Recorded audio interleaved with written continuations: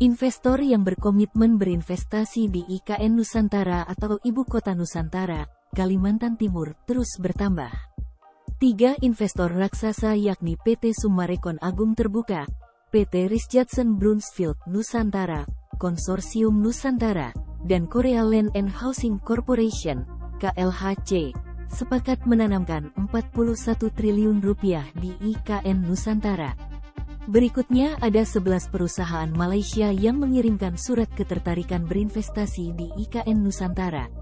Pihak Malaysia menyebut perusahaan Malaysia yang berinvestasi di IKN Nusantara akan makin bertambah.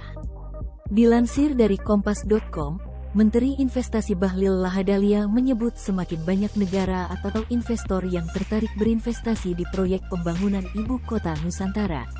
Dia bahkan mengibaratkan IKN sebagai gadis desa yang cantik sehingga menarik perhatian banyak pihak.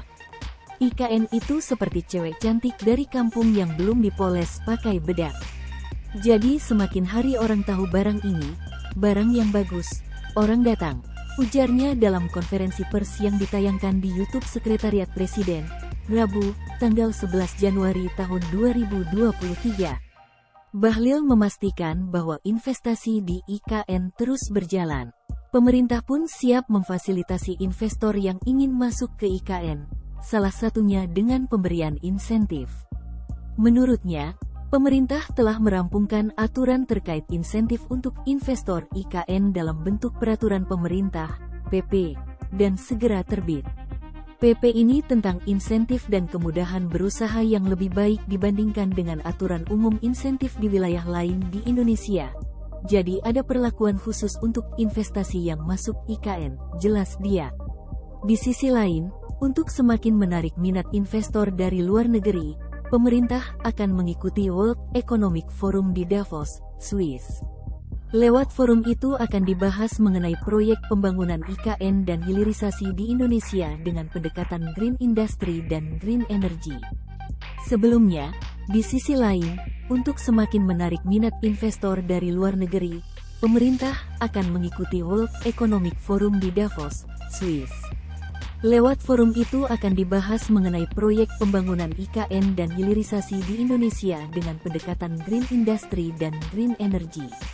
Adapun ketiga investor itu ialah PT Summarecon Agung Terbuka, PT Rijatsen Brunsfield Nusantara, Konsorsium Nusantara, dan Korea Land and Housing Corporation, KLHC.